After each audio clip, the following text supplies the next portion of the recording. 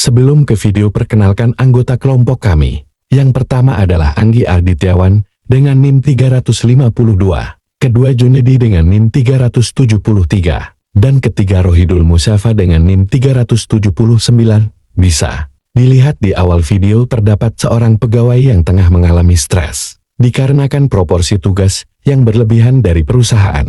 Padahal hal-hal seperti ini perlu diperhatikan seperti pada teori motivasi kerja menurut Abraham Maslow, yaitu motivasi kerja didorong oleh hierarki kebutuhan manusia. Kebutuhan ini tersusun dalam 5 tingkatan, dari yang paling dasar hingga yang paling tinggi, yaitu 1.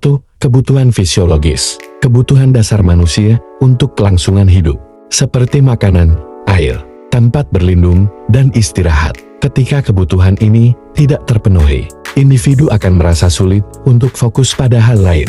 2. Kebutuhan keamanan, kebutuhan untuk merasa aman dan terlindungi dari bahaya, baik secara fisik maupun psikologis. Kebutuhan ini termasuk keamanan kerja, kesehatan, dan stabilitas finansial. 3. Kebutuhan sosial, kebutuhan untuk terhubung dengan orang lain dan memiliki rasa belonging. Kebutuhan ini dapat dipenuhi melalui interaksi sosial, persahabatan, cinta, dan rasa memiliki dalam kelompok. 4. Kebutuhan penghargaan, kebutuhan untuk dihormati dan dihargai oleh orang lain.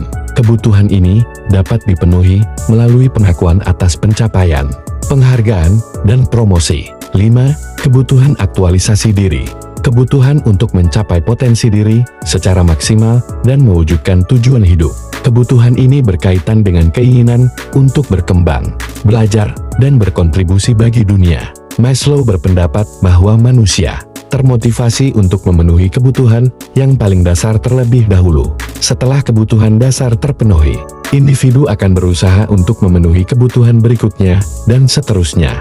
Penerapan teori Maslow dalam motivasi kerja.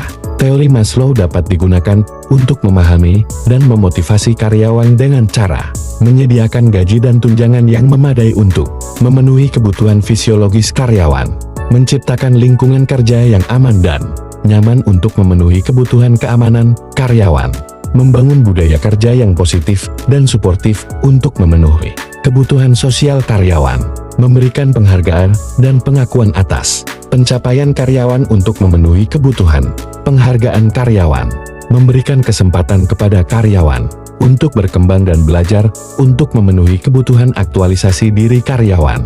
Dengan memahami dan memenuhi kebutuhan karyawan pada setiap tingkatan hierarki Maslow, perusahaan dapat meningkatkan motivasi kerja, produktivitas, dan kepuasan kerja karyawan.